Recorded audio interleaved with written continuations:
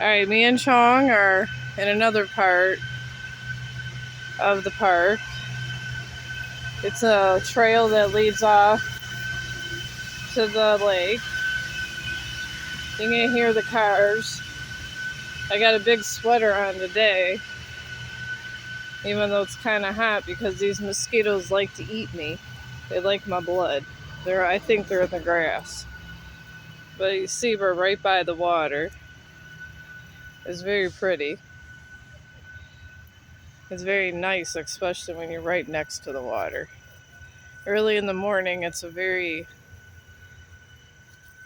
nice sight. Kind of warms your heart. I actually haven't been here with anybody. This was, I guess, me and Chong spots, we can say. But like I said, he's my best friend, so.